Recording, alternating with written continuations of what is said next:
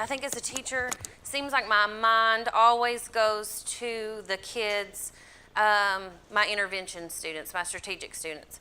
You know, I lay in bed at night and I think, what could I do with this student that could make a difference? How could I approach it different? What could I implement that would help this student?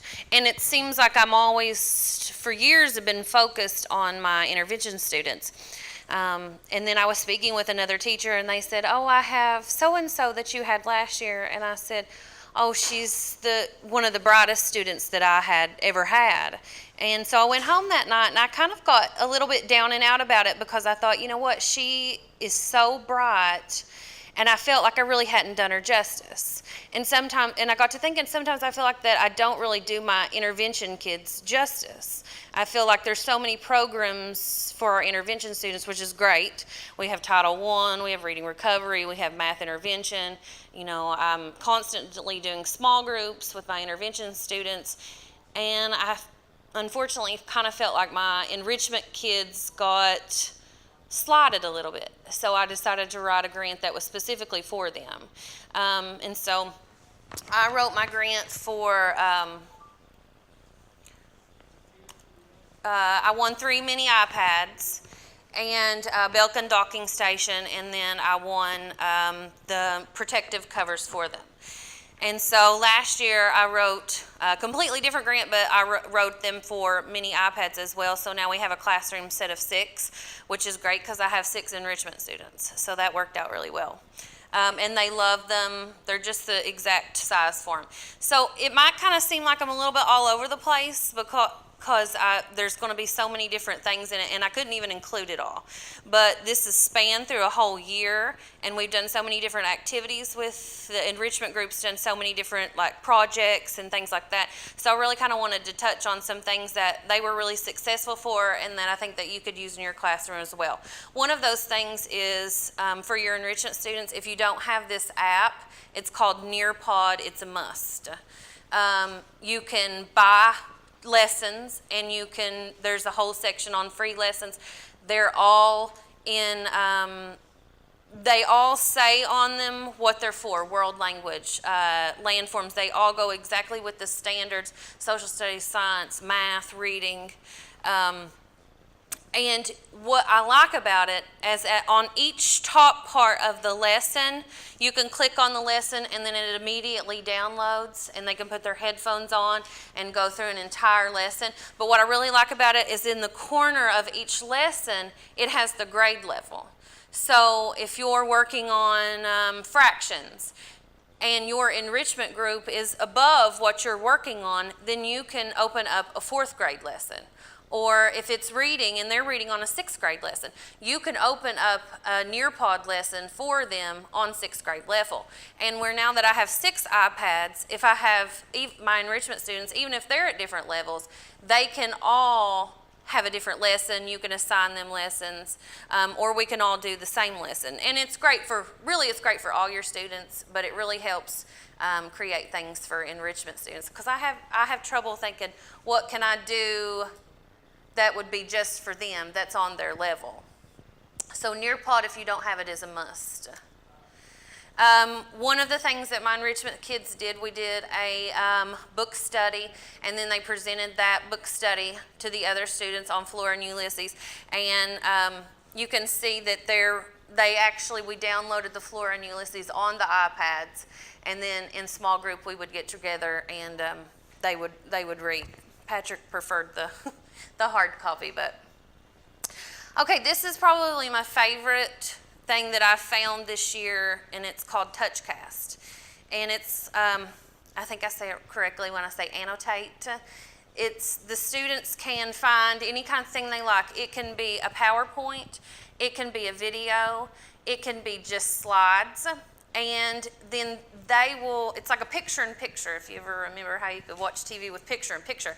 TouchCast is like picture-in-picture, but it'll show the slides or the video, and then you'll have another little picture. I have one on here of the student walking you through the slides or walking you through the video, and if it's like a video, then the video won't have voice. You'll just see the student, and they'll be walking you through it. So this is Wyatt.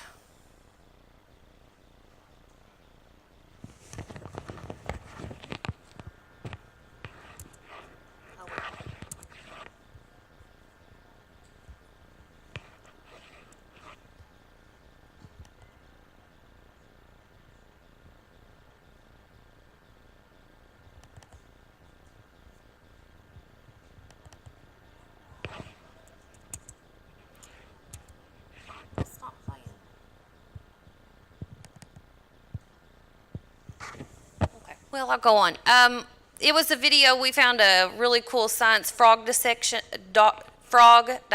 app, and so it was Wyatt in a screen teaching the kids all about the frog dissection. And while he was doing that, the slides were in the background going through. So TouchCast is a really good presentation type app. And these were all little projects that they did. Then we started on working on habitats, and we let the kids pick different habitats. My enrichment kids all created a lesson plan. You can see there, Mr. Newsom. And they were the teacher, and they did their objective, their materials, how to hook the kids. They did procedures and steps, and then they did some other activities, but this was their first part of the lesson.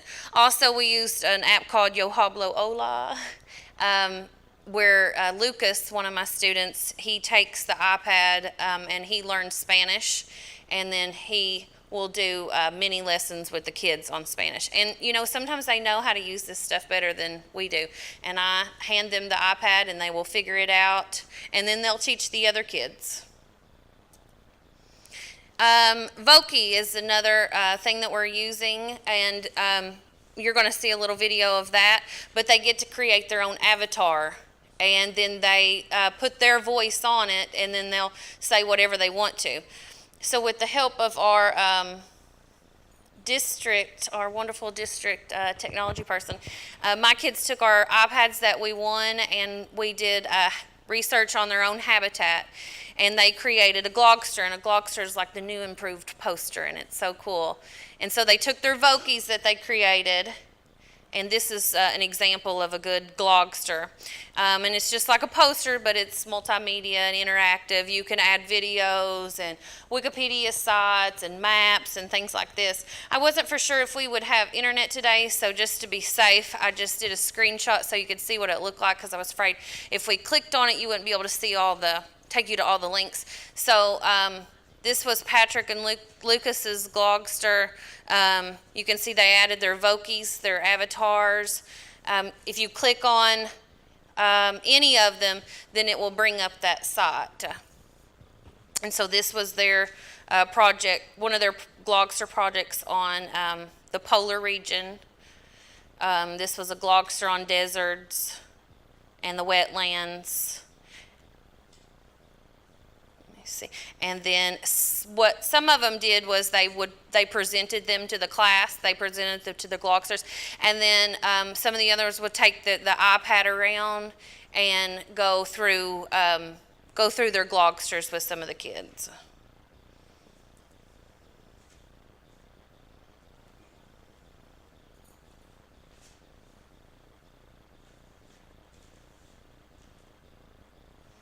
Do you know what's wrong?